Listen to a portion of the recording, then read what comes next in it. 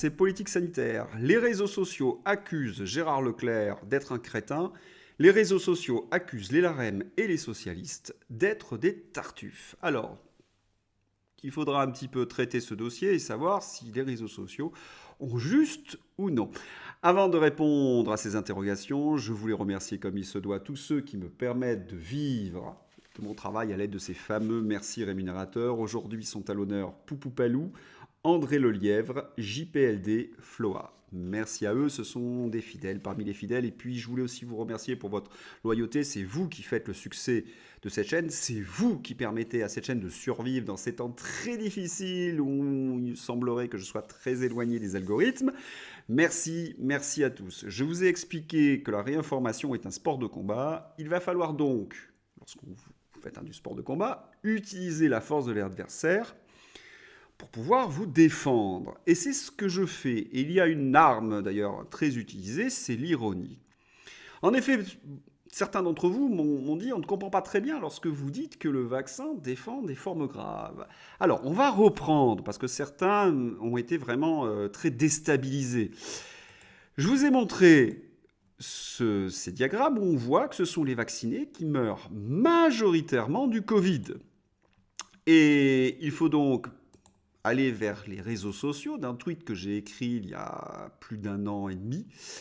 Le vaccin protège des formes graves. En Australie, plus de 96% des morts du Covid ont été vaccinés. J'en conclus que la mort n'est pas une forme grave. Enfin, une bonne nouvelle. Hélène Banoun nous met le lien justement de ces données australiennes. Merci à Hélène Banoun. Voilà, c'est ça la réinformation. Il y a des choses que vous ne pouvez pas dire frontalement, vous êtes obligé d'utiliser l'ironie. C'est comme ça que cela se passe. Nous ne sommes plus dans un pays libre. Il faut que les gens le comprennent et que dans un salon, on peut dire des choses très naturellement. Je dois peser chaque mot que je dis. Vous avez été aussi très nombreux à me demander certains approfondissements sur Alain Fischer. Alors, c'est Verity France qui nous explique ces dires du 30 août 2021 sont faux. Merci à Marc Doyer, c'est celui qui a fondé Verity France, et je reparlerai de Marc Doyer dans un instant, en sachant que l'Agence nationale de sécurité du médicament avait déjà fait remonter en juillet 2021 un signal à l'EMA à ce sujet. Ça a été confirmé devant la commission de l'OPECST au Sénat en avril 2022 par la directrice de l'Agence nationale de sécurité du médicament. Je n'avais pas traité cet aspect pour une raison simple, c'est que je me concentrais davantage sur le fait que la campagne de vaccination a été organisée alors que les essais du vaccin n'étaient pas terminés. Pour qu'un vaccin soit considéré comme sûr, il faut 10 ans. Là, au bout d'une année, ils ont commencé à vacciner du monde. Ils ont vacciné sans connaître les effets secondaires à court terme, à moyen terme et à long terme.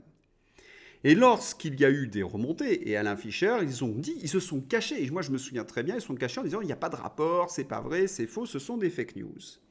Or, c'est pour cette raison, justement, qu'on met 10 ans. Parce que les rapports sont longs à écrire. Il y a un temps de la collecte des données, il y a un temps pour l'analyse des données, il y a un temps pour l'étude des données. Cela prend parfois de longues années. C'est-à-dire que lorsqu'il affirme « Non, mais je n'avais pas les rapports », c'est le temps normal pour un vaccin qui n'est pas encore mis sur le marché. Mais là, il l'avait mis sur le marché. Et c'est pour moi, et ça c'est une de mes thèses, c'est pour moi la chose la plus... Allez, on va essayer de conserver son calme, la plus étonnante, on va dire. Voilà, derrière votre écran, je pense que vous avez d'autres termes beaucoup plus forts.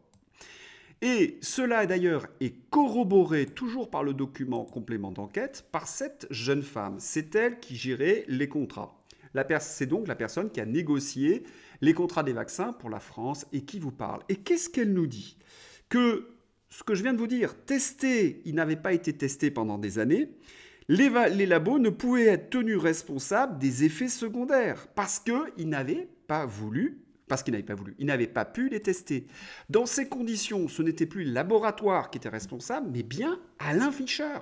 C'est ce que je voulais dire. C'était Alain Fischer qui était responsable des effets secondaires parce que c'était lui le responsable de la vaccination. Qui plus est, ce monsieur nous a dit, et je l'ai répété dans de nombreuses vidéos, c'est pour ça que je n'ai pas insisté dans la dernière, Alain Fischer nous a expliqué qu'il fallait vacciner tout le monde pour obtenir l'immunité collective des Français. Or, il se trouve que ce vaccin ne protège ni de l'infection, ni de la transmission. Vous imaginez le degré de malhonnêteté de ce personnage. Voilà ce que j'ai voulu dire. Donc je suis obligé d'apporter quelques compléments parce que certains n'ont pas très bien saisi ma démarche. D'autant plus que nous savons, et c'est quelque chose de tout à fait, j'ai envie de dire, épouvantable, que le vaccin est très, très, très rentable. C'est Alain Houpert qui nous le rappelle à travers son tweet, mais toujours à partir de ce complément d'enquête, coût de production d'un vaccin, 0,82 $. Prix de vente entre 15,50 € et 19,50 $. Il est clair qu'avec la complicité de l'Europe, les laboratoires se sont outrageusement enrichis. Faire l'impasse sur ces chiffres serait tout simplement une insulte au peuple européen. Et là, toutes les pièces du puzzle sont en place. Vous comprenez bien que Pfizer ne voulait certainement pas payer les effets secondaires, parce que tous les bénéfices qu'ils avaient engrangés se seraient envolés. C'est pour cette raison que ce sont les États. Et les États ne veulent absolument pas payer les effets secondaires pour une raison simple, ça risque de coûter très cher. Pfizer connaît bien le système des effets secondaires, on peut rappeler cette chose particulièrement épouvantable. En 2009, le laboratoire Pfizer a versé 75 millions de dollars au Nigeria pour stopper les procédures et indemniser des familles de victimes d'un essai clinique sauvage sur des enfants dont plusieurs sont morts. Voilà, donc tout est là. Et vous avez des gens qui continuent, bien évidemment, à défendre la science, la fameuse science. Et ils accusent les soignants suspendus non vaccinés d'être des anti-sciences. Et on ne veut pas des anti-sciences dans les hôpitaux. Eh bien, on s'aperçoit que la science, c'est du côté, évidemment, des soignants suspendus. D'autant plus dans ce cynisme épouvantable que le cabinet de conseil qui a organisé la vaccination, vous savez, le pass sanitaire et le pass vaccinal, c'est un autre scandale à l'intérieur de ces politiques sanitaires. Vous connaissez tous le nom, c'est McKinsey. Et je vais être encore une fois obligé de rappeler qu'il a été condamné dans l'affaire de Purdue Pharma. Purdue Pharma est un gros laboratoire américain qui avait un produit phare qui était un opiacé, c'est-à-dire un antidouleur. Et à un moment donné, les ventes de cet antidouleur sont tombées parce que les gens ont commencé à dire qu'il était très dangereux. Ils ont fait donc appel à McKinsey. Et McKinsey a été condamné. Alors on va lire le compte-rendu de cet article du Figaro. Les tactiques marketing cyniques et délibérées de McKinsey ont contribué à alimenter la crise des opiacés en aidant Purdue Pharma à cibler les médecins dont ils savaient qu'ils surprescrivaient les opiacés. C'est-à-dire qu'ils ont repéré les médecins qui vendaient un opiacé qui était considéré comme une drogue dure. Donc ce sont des médecins qui vendaient des drogues dures. A fustigé Madame James. McKinsey a notamment conseillé Purdue Pharma, qui a plaidé coupable l'an dernier dans ce dossier pour l'aider à doper, sans faire de mauvais jeu de mots, les ventes selon l'État de New York. Il a recommandé au groupe pharmaceutique de se concentrer sur les dosages élevés considérés comme les plus lucratifs. Plus vous augmentez le dosage d'un opiacé, plus il est mortel. Et c'est le conseil qu'a donné McKinsey au groupe Purdue Pharma à partir de médecins. Vous comprenez l'horreur du système. En France, de telles choses ne pourraient pas exister, d'après les documents judiciaires produits par les plaignants. Je vous ai dressé un rapide panorama de la situation. Nous avons l'impression que nous avons avancé. Et Gérard Leclerc arrive et il nous ramène à la case départ. Ses propos ont enflammé la toile et beaucoup d'internautes l'ont insulté copieusement. Alors, l'insulte ne fait pas avancer la chose et je pense, qui plus est, que Gérard Leclerc est tout sauf un imbécile. Alors, quels sont les propos qui ont, en quelque sorte, indigné de nombreux internautes? Eh bien, le mieux, c'est d'écouter Gérard Leclerc. Et dans un hôpital, je préfère ne pas être soigné par quelqu'un qui n'est pas vacciné et qui risque de me coller le Covid. Voilà, c'est aussi simple que ça. Oh, il a une belle tête de vainqueur, il est vrai, mais il n'est pas un imbécile. Il reprend les éléments de langage de la doxa d'Olivier Véran ou d'Emmanuel Macron. Il faut dans un premier temps agiter les peurs, c'est-à-dire faire croire encore au public que le soignant non vacciné, tout simplement va transmettre la maladie, même si nous savons, et je suis obligé de le répéter toutes les 5 minutes, que le vaccin ne protège pas de la transmission. Donc il est contre la science lorsqu'il fait ce genre de déclaration. Et puis la deuxième chose, il déchire dans une certaine mesure la charte de Musnik, puisqu'un journaliste ne doit pas défendre les intérêts d'un grand groupe pharmaceutique parce qu'on ne voit pas quelles sont les raisons qui pourraient le pousser à dire de telles choses. Alors, la phrase de Gérard Leclerc, il faut la mettre en perspective bien plus large. S'il a dit ça, c'est qu'il n'est pas tout seul, il n'oserait pas. C'est qu'ils sont très nombreux à gauche à dire ce genre d'ineptie. Regardez ce que nous trouvons dans Libération. La proposition de loi sur la réintégration des soignants non vaccinés va à l'encontre des valeurs portées par la gauche. Pointe des personnalités socialistes dans cette tribune. Mais quelles sont donc les valeurs de la gauche? À la lueur de tout ce que je vous ai montré, vous imaginez un petit peu ce qu'ils osent faire et ce qu'ils osent dire? Et puis, lorsqu'on a le passif du Parti socialiste, on ferait mieux de se taire. Souvenons-nous, le procès Jérôme Cahuzac, oui, le ministre de François Hollande, qui était un fraudeur, alors qu'il était censé persécuter les fraudeurs, justement. Lors de son procès, les juges ont pointé des versements un petit peu curieux, et ils ont demandé, mais d'où viennent ces versements? Et voilà ce que répond Jérôme Cahuzac. L'ex-ministre du Budget, Jérôme Cahuzac, jugé pour fraude fiscale, a déclaré lundi que 2 versements des laboratoires Pfizer avaient été effectués en 1993 sur un compte ouvert en Suisse et étaient destinés au financement d'activités politiques au profit de Michel Rocard. Je voudrais ajouter à ce dossier qu'à chaque fois qu'il y a un procès sur un laboratoire, Servier et autres, nous trouvons des personnalités politiques. Je crois véritablement qu'avec un tel passif, il ferait mieux de se cacher. Parce qu'on pourrait encore ranimer certains souvenirs. Alors, le monde entier est en train de tourner la page Covid et vous avez en France des combattants d'arrière-garde. Mais pourquoi se battent-ils comme cela? Eh bien, parce qu'ils ont peur. Ils ont peur d'être un jour jugés, ni plus ni moins. Avec ce que je vous ai montré, il y a de quoi quand même porter plainte.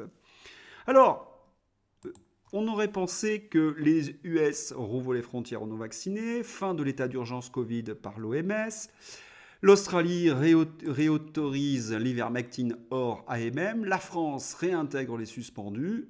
En effet, la trame narrative, on avait pensé qu'elle allait sous le tapis. Eh bien non, il continue. On est donc dans une situation littéralement absurde. Ceux qui ont menti sur tout, qui ont trompé les Français, accuse ceux qui disent la vérité de complotisme. Une inversion accusatoire inouïe. Allez, on va se détendre un petit peu. On va raconter une petite blague. Louis de Drélancourt rencontre Silvano Trotta. Et Silvano demande à Louis, Louis, t'aurais pas une théorie du complot, s'il te plaît? Mais qu'est-ce qui t'arrive, Silvano? Eh bien, toutes mes théories du complot se sont révélées vraies. Voilà dans la situation dans laquelle nous sommes. Nous sommes accusés de complotisme et nous avons raison sur tout. Tenez, je vous en donne une petite illustration. Il y a quelque temps, lorsqu'on affirmait ce qui va apparaître à l'écran, on était un horrible complotiste. Et regardez, les chimistes demandent à BioNTech, existe-t-il des différences entre les lots des vaccins? 5 professeurs de chimie veulent savoir s'il y a une explication aux différents effets secondaires dans les lots individuels du vaccin Covid. Merci à Silvano Trotta pour nous avoir donné la traduction de ce journal allemand. Pour ceux qui lisent la langue de Goethe, vous pouvez lire l'article entier dans le Berliner Zeitung. Je ne suis pas germanophile, donc pardonnez-moi mon accent. Voilà. La page Covid se tourne et on va aborder maintenant la page woke. Et nous allons voir qu'il y a de belles articulations parce que ce sont les mêmes méthodes rhétoriques. Alors, j'ai envie de dire, la polémique est née de cet article-là, une tribune dans Le Monde où des professeurs d'université nous expliquent l'anti-wokisme est infiniment plus menaçant que le dit-wokisme auquel il prétend s'attaquer. Cette tribune ressemble à toutes les tribunes écrites par ce genre de personnages. Cela commence par toute une série d'insultes sur leurs adversaires politiques. Ils affirment même que ce sont des illettrés qui n'auraient pas lu Derrida, alors qu'eux font un travail scientifique. Alors, évidemment, quand on lit ce genre de choses, c'est d'une très grande médiocrité. Mais il y a quelque chose de très paradoxal. Qu'est-ce qu'il reproche à ceux qui critiquent les wokistes? Tout simplement d'utiliser leur esprit critique, d'utiliser la liberté d'expression. Et ce qu'il y a de complètement paradoxal dans cette tribune, c'est qu'aux États-Unis, tous ceux qui utilisent leur esprit critique, qui essayent d'avoir une opinion libre, sont cancellés, c'est-à-dire effacés. Ils sont chassés des universités. Pour ceux qui auraient oublié, n'oubliez pas ce qui s'est passé à l'université d'Evergreen et dans toutes les autres universités américaines tenues par la gauche progressiste woke. Autrement dit, ces professeurs militent pour la fin de la liberté d'expression. Et cela devient de plus en plus récurrent chez eux parce qu'ils n'ont pas justement, j'ai envie de dire, de moyens de répondre à ce que l'on dit sur eux. Ils ne sont pas capables de répondre à nos critiques. C'est dans ces conditions qu'on va voir un autre personnage qui utilise les mêmes techniques dont je vous parle depuis quelque temps et que je trouve de plus en plus dangereux. C'est Mathieu Slama. Si on vous suit, Mathieu Slama, toute personne ayant une opinion différente de vous sur un vaccin ARN, en expérimentation, sur la guerre en Ukraine, est un dingue d'extrême droite qu'on doit faire taire. Avec vous, c'est bien adieu la liberté. Mathieu Slama, ou comme tous ces professeurs de gauche de la Tribune du Monde, utilise les mêmes artifices rhétoriques. Des grandes idées fumeuses qui vont être articulées avec des arguments abstraits. Cela va créer un discours lyrique. Et nous savons depuis Hannah Arendt que ce genre de discours est le principe même du totalitarisme, parce qu'il n'est jamais justifié par des faits précis. Mais mieux, lorsqu'on écoute Mathieu Slama, on s'aperçoit que c'est une inversion accusatoire. En effet, il dit une chose qui m'a vraiment fait rire. Il a découvert qu'il y a un lien fondamental entre la parole complotiste et l'extrême droite, via le Covid et l'Ukraine. Oui, on raterait quelque chose si on n'a pas la dimension politique, parce que ces complotistes ont une véritable paranoïa sur le monde. Alors, dès que vous avez le mot paranoïa, vous savez qu'on psychiatrise l'adversaire et que ça, c'est encore l'essence même du totalitarisme. Puisque ces complotistes d'extrême droite ont une haine des élites, parce qu'ils affirment que ces élites visent à faire du mal au peuple. Les élites qui pensent à faire du mal au peuple, ce serait un complot d'extrême droite? Parce que, moi ce que j'ai appris à l'école, après vous me direz ce que vous en pensez, c'est exactement la doctrine marxiste. En effet, c'est la doctrine de la lutte des classes où il y a une élite bourgeoise qui exploite le peuple. Et il l'exploite non seulement financièrement, etc., mais aussi politiquement. Et je pense que Mathieu Slama en est un très bon exemple. Non, nous, ce qu'il nomme complotistes, on a une parole bien plus étayée avec des faits précis. Et j'ai été très surpris parce que c'est Gérard Carrérou, là j'avoue que je suis, qui nous explique exactement de quoi il s'agit. Alors on va écouter Gérard Carrérou. Et tous les autres, pareil, je dis que si l'Europe, ça veut dire ça, alors on parle souvent à propos de l'Est de l'Europe, de démocratie illibérale. Eh bien le processus de l'Europe aujourd'hui, c'est de devenir une démocratie totalitaire. Bien sûr. Au nom, bien sûr, une démocratie totalitaire. Mais Gérard, mais qu'est-ce qui se passe? Gérard, mais des millions de gens pensent ça maintenant. Totalitaire. Alors attendez, en termes de processus totalitaire, c'est la Chine. Non mais attendez, on se couche devant la Chine. Le processus politique. Non mais Philippe. Gérard Carrérou. Non mais Gérard Carrérou. Esprit modéré. Oui, non, mais Gérard Carrérou a raison. Gérard Carrérou a raison. Le processus politique et institutionnel qui conduit à la prise de décision, là en l'occurrence sur les voitures à moteur thermique, n'est pas démocratique. Il n'est pas démocratique à un premier égard, c'est qu'effectivement c'est la Commission européenne qui fixe l'agenda. Et est-ce que vous connaissez beaucoup de parlements dans des grandes démocraties dans lesquels les députés, les élus du peuple n'ont pas l'initiative législative? Il faut mesurer ça. En France, ce sont les parlementaires qui ont l'initiative législative. Pourquoi est-ce qu'au niveau européen, ce n'est pas le cas? Philippe, je vais me tenir les côtes dans 10 ans quand l'Angleterre ira mieux que tout le monde. Je jure, je vais me tenir les côtes. Parce que là, vous nous avez expliqué que ça allait être la catastrophe, le Ils font rien là. Non mais je vais me tenir les côtes, si vous me permettez.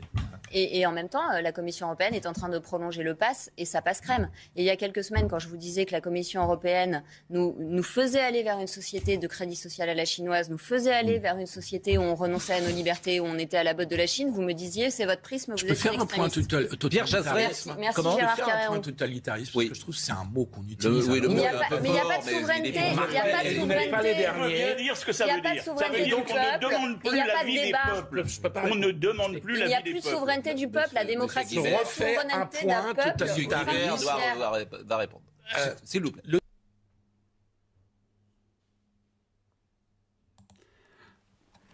Les choses sont dites. À partir du moment où vous utilisez des faits précis, les choses sont bien plus simples et bien plus claires.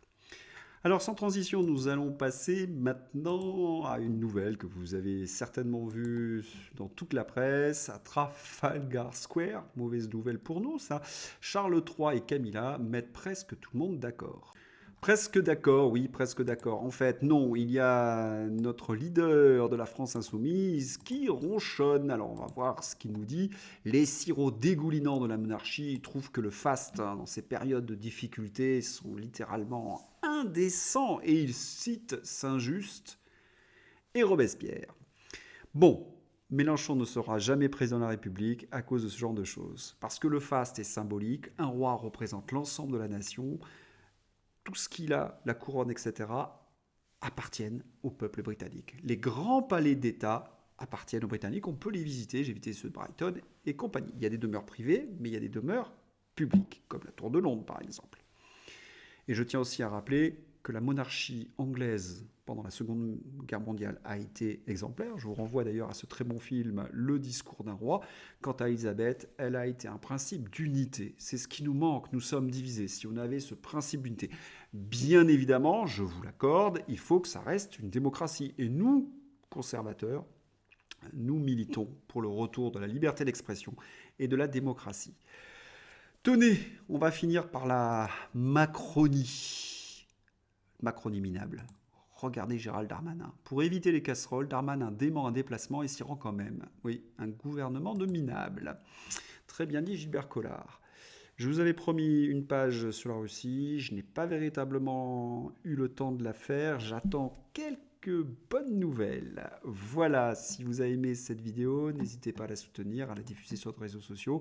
N'oubliez jamais que la réinformation, c'est un sport de combat, que nous sommes en pleine censure en ce moment. René Chiche a été censuré, d'autres ont été censurés. Il faut tenir, on finira par les avoir. Merci à tous, au revoir.